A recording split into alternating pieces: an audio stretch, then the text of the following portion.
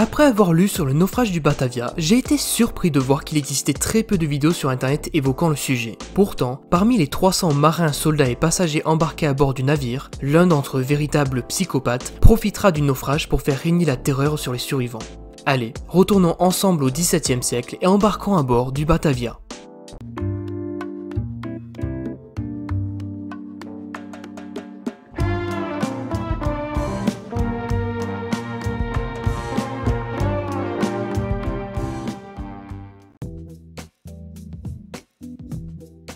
Le 2 octobre 1628, le Batavia, navire marchand appartenant à la Compagnie hollandaise des Indes orientales, la plus puissante organisation commerciale de l'époque, quitte les Pays-Bas pour faire route vers l'île de Java. Francisco Pelsaert est le suprécargue du voyage. Il est en quelque sorte un commissaire chargé de veiller au bon déroulement des traversées, et il représente donc la plus haute autorité à bord. Mais dès le début du voyage, il entre en conflit avec le capitaine du navire, un homme du nom d'Arian Jacobs. Les deux hommes se disputent sans cesse les faveurs d'une ravissante passagère se rendant à Java pour retrouver son époux.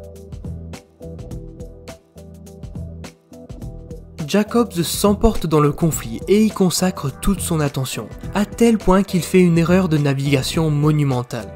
Dans la nuit du 3 juin 1629, poussé par une bonne brise, le Batavia, emporté par son poids et son élan, s'immobilise d'un coup, empalé sur le récif corallien de l'archipel des Abrolhos, à 80 km de l'Australie, très loin de l'objectif initial qu'était l'île de Java. Le matin suivant, Pelsaert, ayant l'habitude de prendre en main les situations difficiles, se sert du canot dont dispose le navire pour débarquer près de 200 survivants sur un îlot corallien proche, que l'on surnomma d'ailleurs plus tard le cimetière du Batavia. Ne voulant pas abandonner le navire et surtout ne sachant pas nager, 70 membres de l'équipage restent à bord, cédant à la panique et noyant leur détresse dans l'alcool.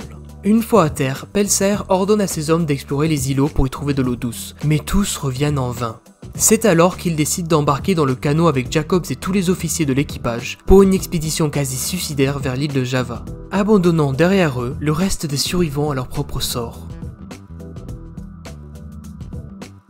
Après 9 jours à résister aux assauts de l'océan, l'épave du Batavia succombe enfin aux vagues, emportant avec elle tous les hommes à bord. Pourtant, un homme parvient à dériver jusqu'au continent en s'accrochant à un radeau de fortune. Il s'agit de Geronimus Cornelis, un suprécargue assistant d'une trentaine d'années qui venait tout juste d'être engagé par la compagnie hollandaise. En l'absence de Pelsaert et de Jacobs, Cornelis devient la plus haute autorité parmi les survivants, et il instaure rapidement une stricte discipline, rassemble autour de lui une vingtaine de partisans et se fait nommer gouverneur général.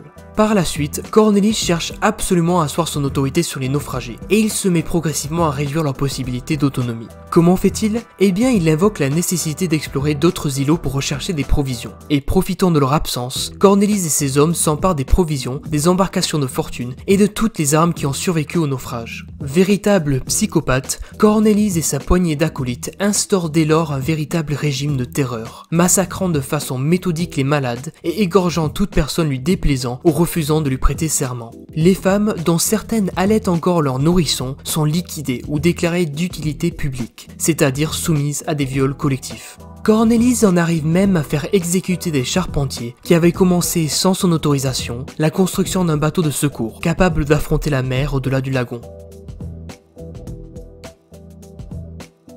Pourtant, sur une île voisine, une élite de solides et loyaux soldats se regroupe sous l'autorité d'un des leurs, un certain Wiebe Hayes, un soldat qui s'est rapidement distingué par son intelligence et son caractère. Sur leur île, ils trouvent des puits d'eau douce et une faune abondante. Découvrant les horreurs qui se déroulent sur l'île de Cornelis, ces hommes décident de se munir d'armes rudimentaires et d'armures qu'ils fabriquent en corail. Progressivement, plusieurs survivants au massacre de Cornelis se regroupent sous la protection des hommes de Hayes, et le rapport de force change rapidement de camp. À la fin août, ayant fait assassiner la plupart des naufragés, Cornelis ne dispose plus que de 20 hommes et très peu de ressources. Il lance alors une attaque violente et désespérée contre l'île de Hayes. S'ensuit un violent combat, lors duquel Cornelis et une partie de sa bande sont capturés par les résistants. Le 17 septembre, alors que le reste de la bande de Cornelis s'apprête à libérer leur meneur dans un ultime assaut, les naufragés sont surpris par une lueur qui vacille à l'horizon. Comme dans un bon film hollywoodien, Francisco Pelsaert revient de Java à bord d'un nouveau navire, affronte les derniers hommes de Cornelis et sauve les naufragés. Quelques jours plus tard, Cornelis est condamné à mort pour les atrocités qu'il commit sur l'archipel des Abrolhos. La veille de son exécution, il tente de se donner la mort en absorbant du poison, mais il rate le dosage de sa préparation et passe sa dernière nuit entre diarrhée et vomissements.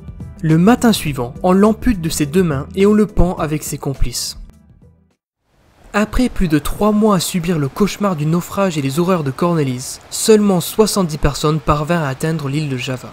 Combien réussirent à surmonter les horreurs qu'ils vécurent, nous ne le saurons jamais.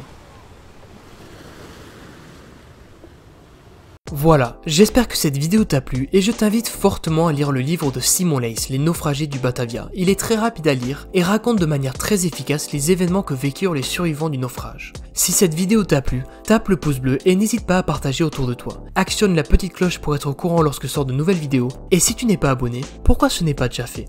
La dernière fois, je t'ai parlé de ma page Facebook et bien maintenant je peux te dire que je suis également sur Twitter. N'hésite pas à y jeter un coup d'œil. Allez, en attendant, je te dis à très bientôt pour de nouvelles histoires.